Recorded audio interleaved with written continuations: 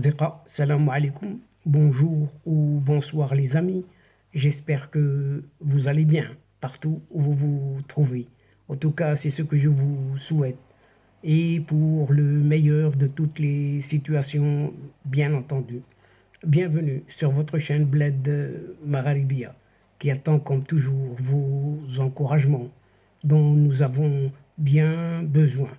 Merci pour vos compliments, merci pour vos précieux conseils et merci surtout pour vos gentils commentaires. Mais abonnez-vous, abonnez-vous pour rester tout simplement très informé et ce rapidement. Mais n'oubliez pas d'abonner vos proches, vos amis, ceux qui sont autour de vous et pourquoi pas les membres de votre famille. Et cette séquence, cette fois-ci, vient vers vous pour se pencher sur une certaine présidence algérienne qui est cette fois-ci indésirable au sommet de la Ligue arabe de Riyad en Arabie saoudite. Et l'objet de cette visite, plutôt de la visite du ministre saoudien, portait sur une question très importante aux yeux du royaume saoudien qui tient énormément à la réussite du sommet arabe qui se tiendra donc à Riyad en Arabie saoudite.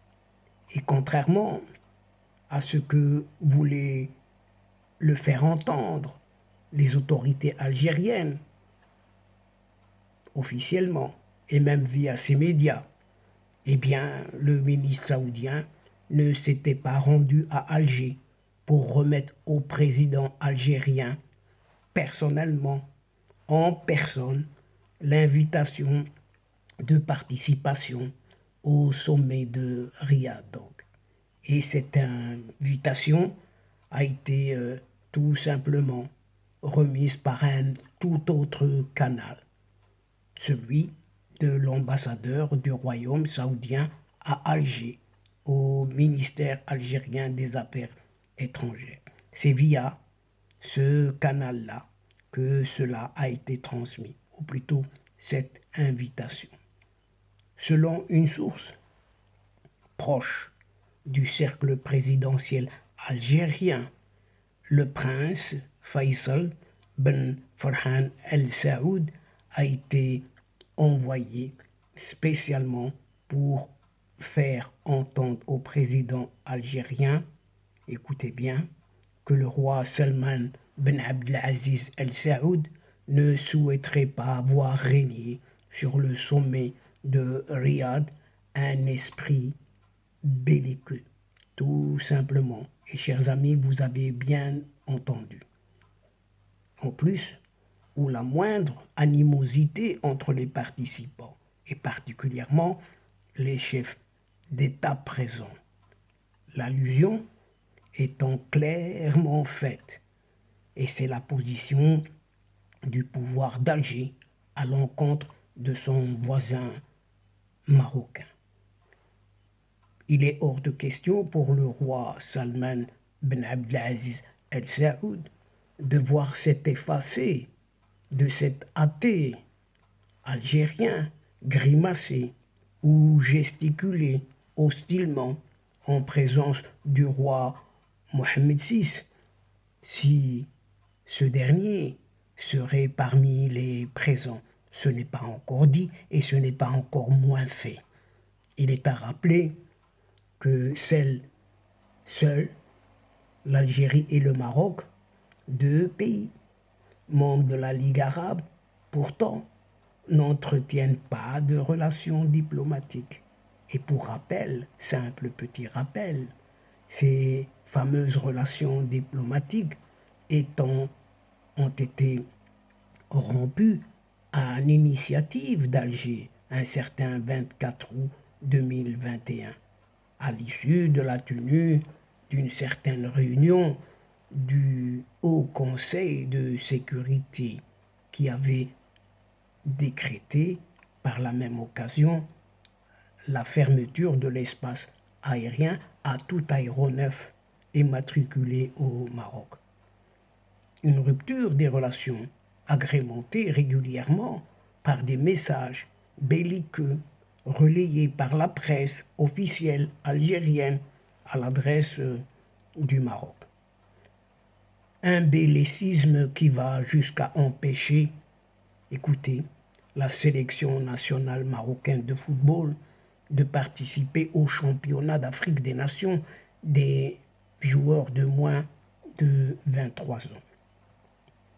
Sans proposer une médiation pour ne pas essuyer un refus de plus qui toucherait à l'orgueil saoudien, le prince Faisal bin Farhan Al Saoud a exprimé le vœu de voir les deux délégations algériennes et marocaines s'entretenir en marge des travaux du sommet pour aplanir les différends qui enveniment les relations entre les deux pays, Algérie, Maroc. Comme à ses habitudes, ce pseudo-président algérien s'est tâté, tout à fait effacé, même amnésique, à nier l'existence d'un quelconque contentieux du côté algérien.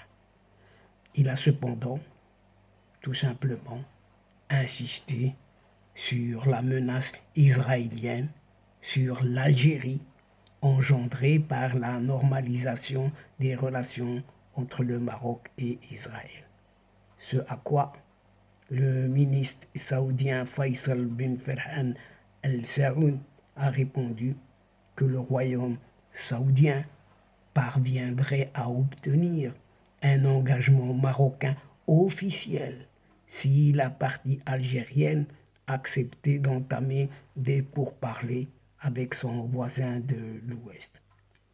N'étant pas maître de la décision, comme l'était par ailleurs son prédécesseur, rappelons-nous-en de ce petit abbé disparu depuis, chassé du pouvoir un certain mois d'avril 2019, chassé par le Hirak, eh bien, l'actuel locataire du palais d'El Mouradia, cet athée sans foi ni loi, s'est tout de même engagé de son mieux pour assurer la réussite du sommet de Riyad. Un engagement tout à fait insignifiant aux yeux des Saoudiens, dans la mesure où cet amnésique, cet athée, sans foi ni loi, n'avait pas encore reçu l'invitation de participation à ce sommet qui aura lieu à Riyad en Arabie Saoudite de la Ligue arabe. Il est insignifiant aussi dans la mesure où le pays organisateur tient aux actes et non pas aux paroles, comme d'habitude, comme du côté de cet athée.